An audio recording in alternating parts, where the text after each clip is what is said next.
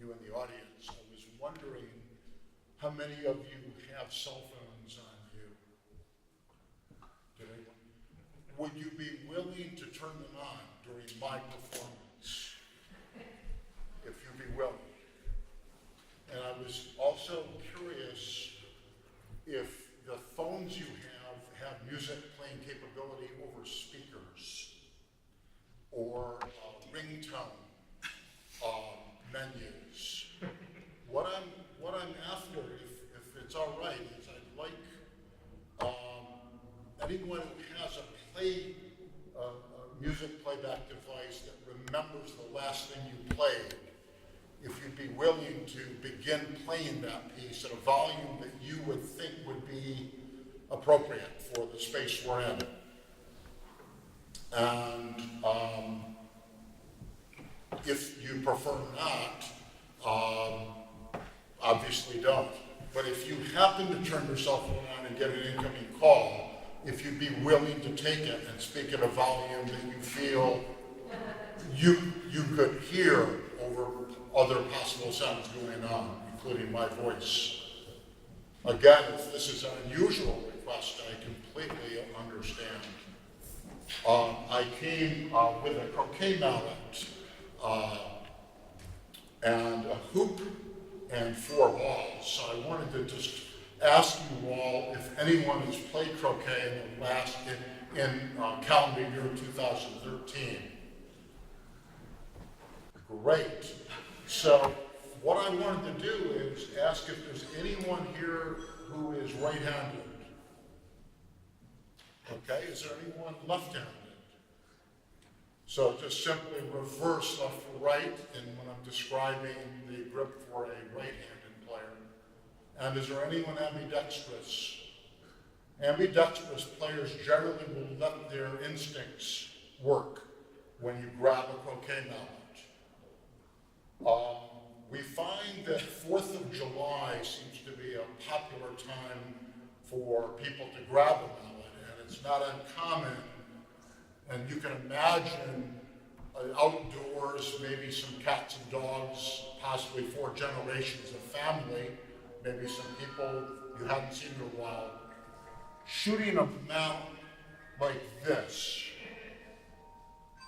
It's a Norman Rockwell experience in a way, but what we find is the players that do hold their hands low like this, the fulcrum of the swing ends up being down here. And if we find that we want more accuracy, having the hands together is a little bit better way to have the fulcrum be at your shoulders. If you take a look, the trunk of my body really isn't moving, but notice the swing is coming from the shoulders. Another thing to keep in mind is my sandals have a bit of a curvature inside. And what I try to do when I'm swinging, if I'm trying to attain accuracy, is I try to have the feet parallel to one another and have the mallet swing along the line of the feet. And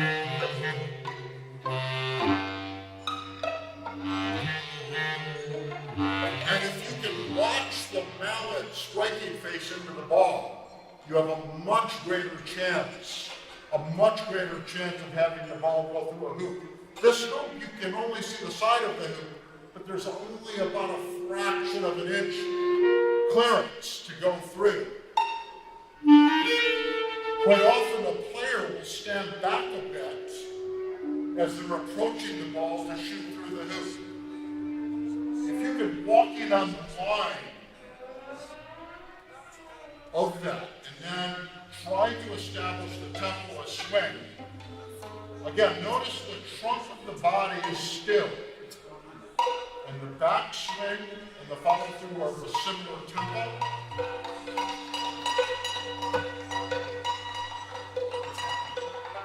Eventually what will happen is I'll lower the mallet, hopefully hitting solidly and having maybe the ball go through the hoop. The ball did go through the hoop. And there's very, very little distance. There's only about a 16th of an inch clearance. This ball weighs a pound, it's about 3 5/8 inches wide. The hoop, just slightly more, just slightly more. Now the question is, was it an anomaly to get the blue ball through the hoop?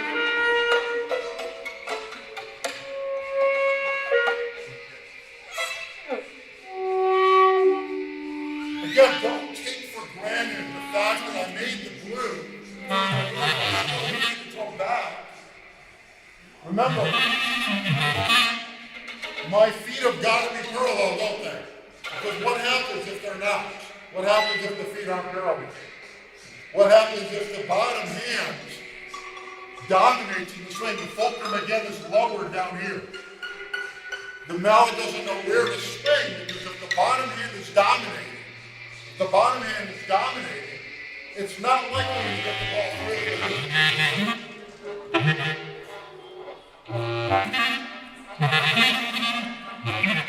So again, look at the tempo of swing, the back swing, the follow through.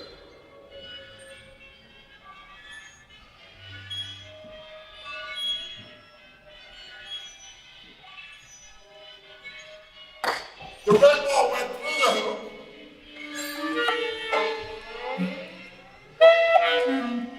There are 4 colors to these croquet balls, and they're played in order: blue, red, black, and yellow. Blue and black are always teamed together against red and yellow, always. Now, what happens if there's only 2 players? Each player plays 2 balls. Blue and black versus red and yellow.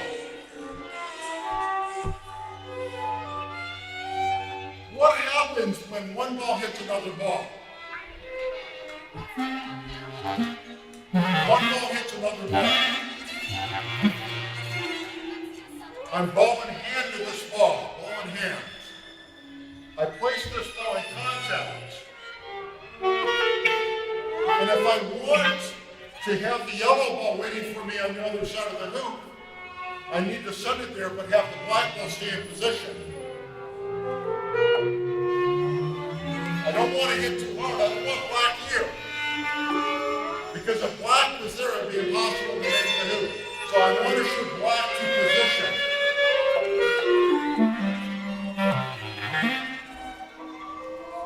Now the yellow's in the way. Normally I would jump over yellow, but I don't want to cause damage to the gears.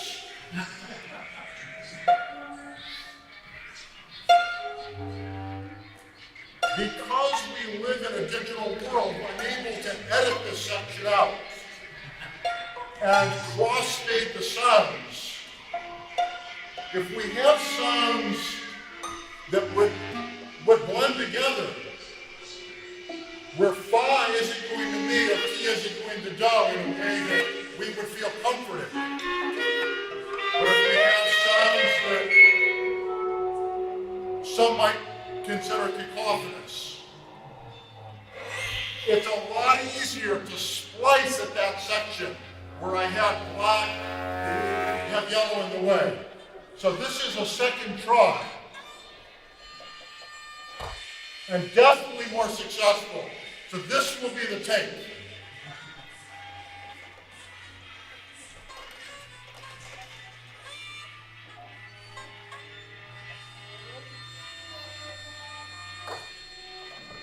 And the ball went through, and I can't thank you all enough for being willing to be a part of this. And I can't thank you all enough for just being here. And thank you, thank you, thank you.